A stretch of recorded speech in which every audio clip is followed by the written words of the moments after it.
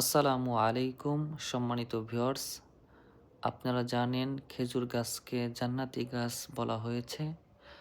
হযরত রাসূলুল্লাহ সাল্লাল্লাহু আলাইহি ওয়াসাল্লাম বলেছেন, তোমরা খেজুর গাছকে সম্মান করো, কারণ এটি জান্নাতের গাছসমূহের অন্তর্ভুক্ত।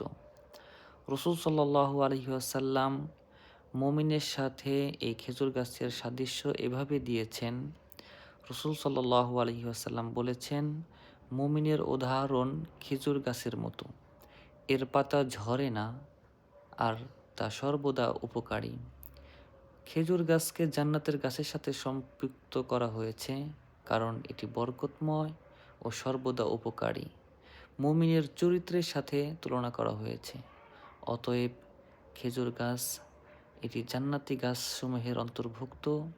আজকে এই প্রকৃতির সাথে এবং খেজুর গাছকে দেখে সেই রাসূল সাল্লাল্লাহু আলাইহি ওয়াসাল্লামের অম্লীয় বাণী স্মরণ হয়ে গেল। আলহামদুলিল্লাহ।